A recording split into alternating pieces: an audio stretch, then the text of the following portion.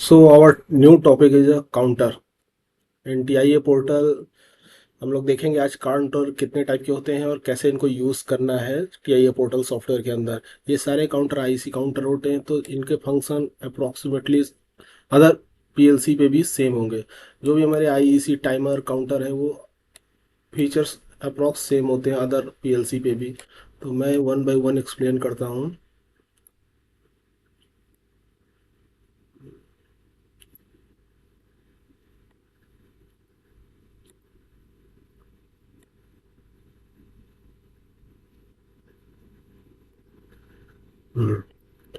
सो यहाँ पे हम देखेंगे counter counter CTU counter, count up count down and count up and down दोनों का कॉम्बिनेशन है। तो काउंटर अप अगर मैं यूज़ करता हूँ, सपोज मैं काउंटर अप, इसका यूज़ हम करते हैं किसी भी काउंटिंग को अप करने के लिए। सपोज मेरा पार्किंग सिस्टम है, तो वहाँ पे अगर मुझे कोई सिग्नल देना है तो यहाँ पे काउंटर में सी यू काउंट अप के लिए बिट है, जहाँ पे आपको एक सेंसर या कोई भी डिजिटल सेंसर या कोई भी न्यूमेटिक पल्स है या डिजिटल सेंसर है, प्रॉक्सिमिटी सेंसर है। तो मैं यहाँ ले लेता हूँ एक इनपुट I0.0।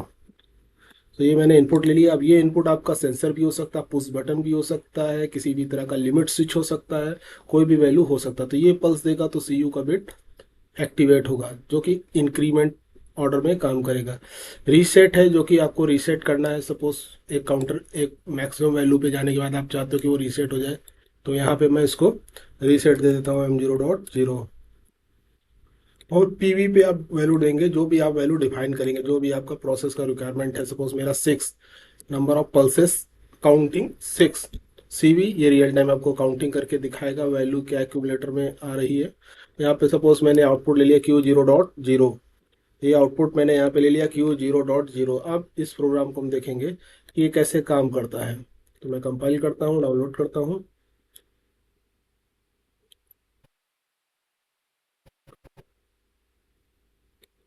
यहाँ पे मैं फिर से देता हूँ I0.1, क्योंकि ये चेंज करना पड़ेगा। ओके, तो मैं फिर से इसको डाउनलोड करता हूँ। इनपुट एड्रेस मैंने चेंज किया है बस।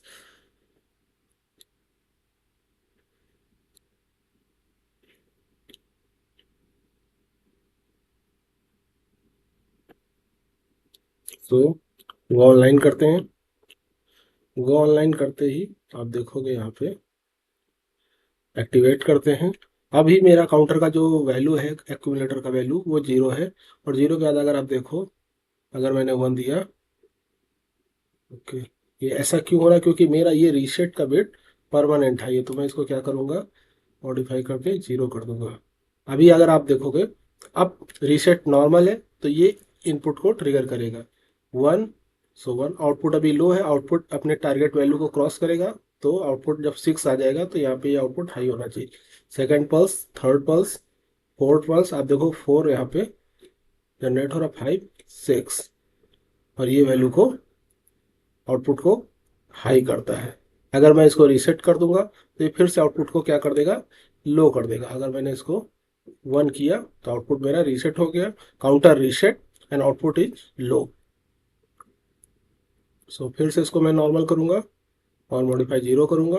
अभी अगर मैं फिर से इंक्रीमेंट करता हूं तो एक सेट वैल्यू तक किए जाने के बाद आउटपुट को 6 एंड 6 के बाद ये आउटपुट को हाई कर देता, 6 पे आउटपुट हाई, है ना। तो ये सिस्टम आप काउंटर कहीं भी यूज़ करते हो जहाँ पे प्रॉक्सिमिटी सेंसर है या कोई भी वैल्यू है जहाँ पे ट्रिगर कराना है, वहाँ पे हम काउंटर का यूज़ करते हैं।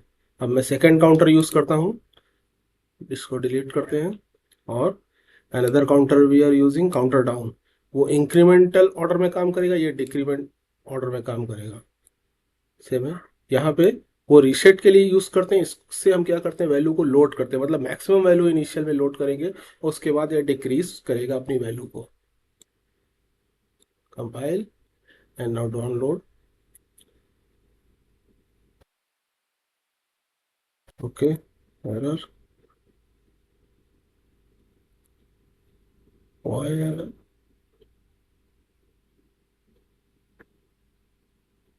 There's some error.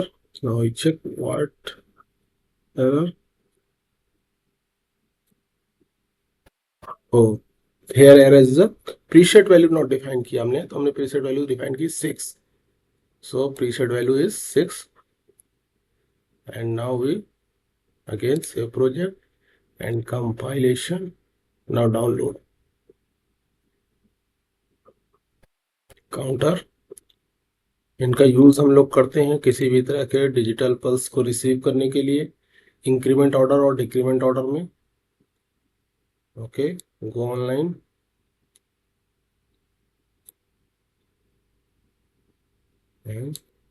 मॉनिटर, अभी यहाँ पे देखेंगे आप क्या वैल्यू दिखा रहा है, 0। अगर मेरा इनपुट 0 हाई होता है तो ये डिक्रीमेंट माइनस में जा रहा है, क्योंकि आपने सबसे पहले क्या करना है, हमको इसमें लोड करना है। लोड क्या करेंगे, जब भी मैं इसको हाई करूँगा, मॉडिफाई 1 करूँगा, तो ये क्या कर देगा, आउटपुट को लोड कर देगा। जो भी मेरा प्रीसेट वैल्यू था 6, वो यहाँ पे लोड हो जाता है, 6 आ जाता है। अब मैं अगर मेरा इनपुट 0 का पल्स आएगा तो ये क्या करेगा, ओके इसको फिर से नॉर्मल करना पड़ेगा, मैं इसको 0 कर देता हूँ। अब जब भी मेरा पल्स आएगा तो डिक्रीमेंट ऑर्डर में आएगा, और जैसे ही ये 0 आना चाहिए, 3 2 1 0, आउटपुट इज हाई।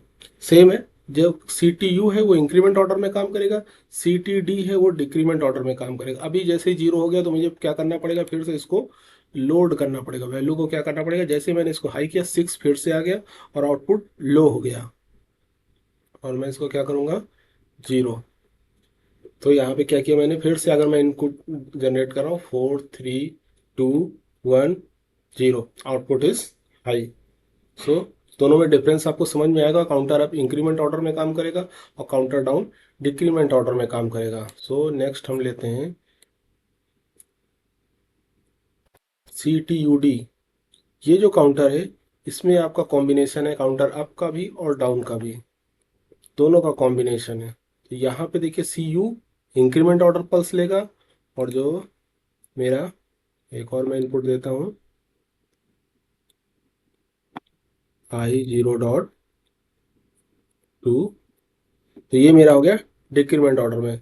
ये सी यू जब भी ट्रिगर करेगा पल्स देगा, 1 पल्स देगा तो इंक्रीमेंट होगी वैल्यू, सी डी जब भी पल्स देगा तो डिक्रीमेंट होगी, जिस भी वैल्यू पे जाएगा। सपोज 3 गया तो वापस 2 पे आ जाएगा।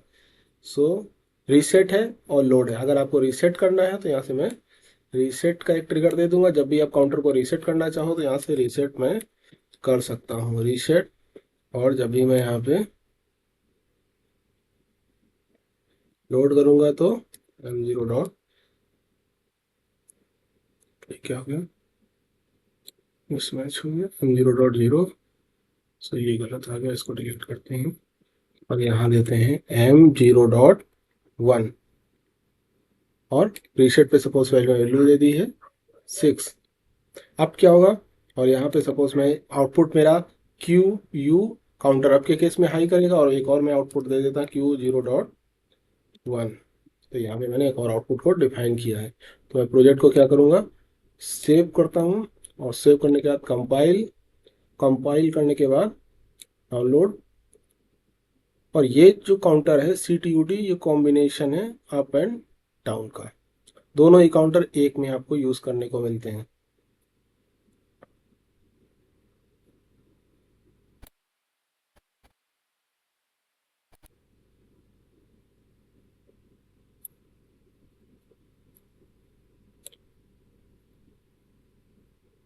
ओके, तो यहाँ से इसको समझेंगे। ये मेरा सेट रीसेट हो गया, थोड़ा सा छोटा करते हैं इसको। ओके, सो मैं यहाँ से मॉनिटर करता हूँ इसको ऑनलाइन मोड में, देखते हैं अभी क्या वैल्यू आती है। So now value is 0, so means output मेरा 0.1 हाई है, क्योंकि ये काउंटर डाउन का आउटपुट है। तो ये बता रहा है कि इस समय आउटपुट क्या आपका 0 है, तो ये हाई है। जैसे ही मैंने इसको इनपुट 1 दिया, 1 हो गया, 2 हुआ। देखिए जब भी मेरा इंक्रीमेंट हो रहा है वैल्यू इंक्रीज हो रही है, अगर मैंने इसको डाउन किया तो वैल्यू वहीं से डाउन हो जा रही है, देखिए। सो अगर मेरा मैक्सिमम पे जाएगा सो ये 6 हो जाएगा। तो इसको एक छोटे से प्रोजेक्ट में कन्वर्ट करके समझते हैं। सपोज मैंने इसका नाम दे दिया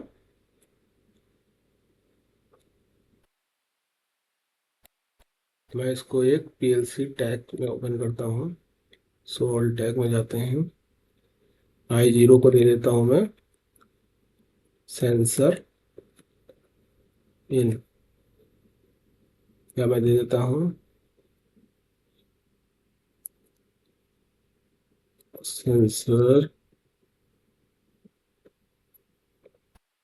इन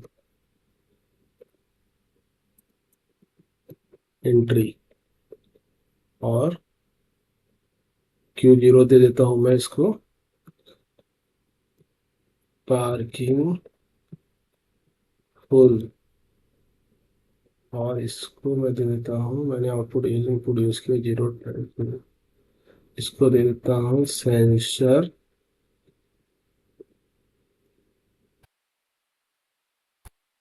एग्जिट, और Q0.2 यूज कर लेता हूँ, इसको दे देता हूँ मैं पार्किंग इन।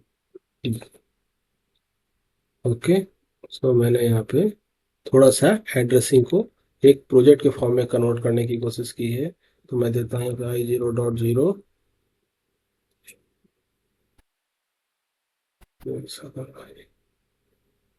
ओके, सेंसर एंट्री 0.1 है, सेंसर एग्जिट हो गया और सेंसर ये एंट्री हो गया। थोड़ा सा बड़ा करते हैं इसको, यहाँ से समझते हैं हम लोग। ये मेरा सेंसर एंट्री पॉइंट हो गया, ये सेंसर एग्जिट पे लगा हुआ है, और ये मेरा पार्किंग फुल का हो गया। और टैग Q0.9, Q0.1 को एड्रेस देना है, Q0.1 मेरा आउटपुट है ये।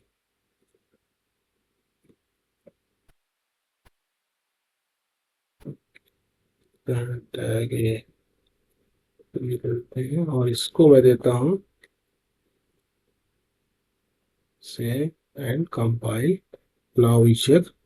अभी क्या हो गया, जब मेरा ये बताएगा कि पार्किंग एम्प्टी है, कोई भी कार नहीं है, और ये बताएगा पार्किंग फुल है, सेंसर एंट्री पॉइंट पे लगा हुआ, कितनी गाड़ी एंट्री कर रही है और कितनी गाड़ियाँ एग्जिट कर रही हैं। तो मैं इसको सेव करके कंपाइल करता हूँ, डाउनलोड करता हूँ।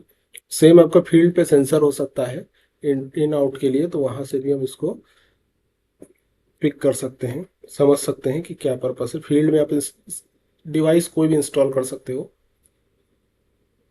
कॉन्सेप्ट समझना जरूरी है कि इसका कॉन्सेप्ट कैसे, काउंटर अप एंड डाउन का कॉम्बिनेशन काम करता है। ओके, नाउ वो ऑनलाइन।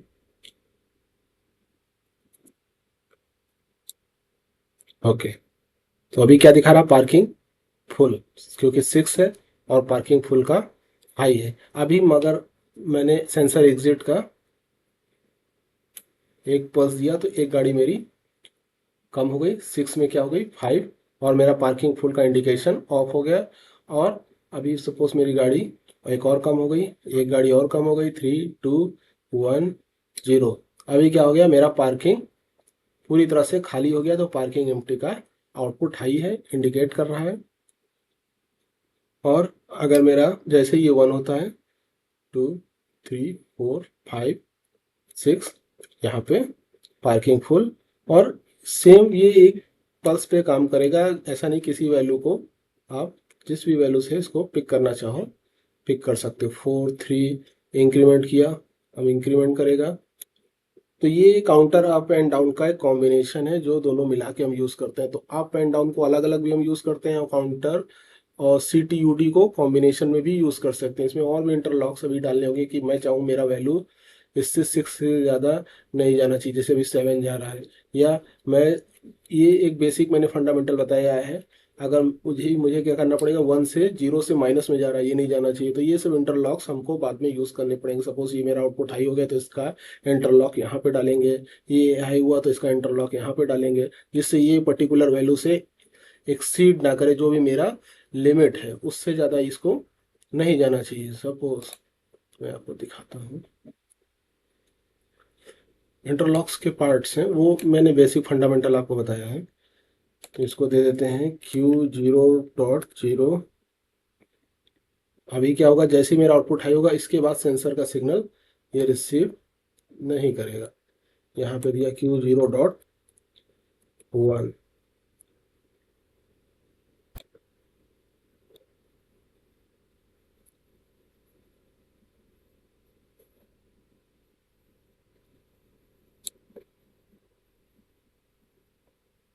तो ये चीज़ आप सेपरेट काउंटर में भी इंटरलॉक्स यूज कर सकते हैं।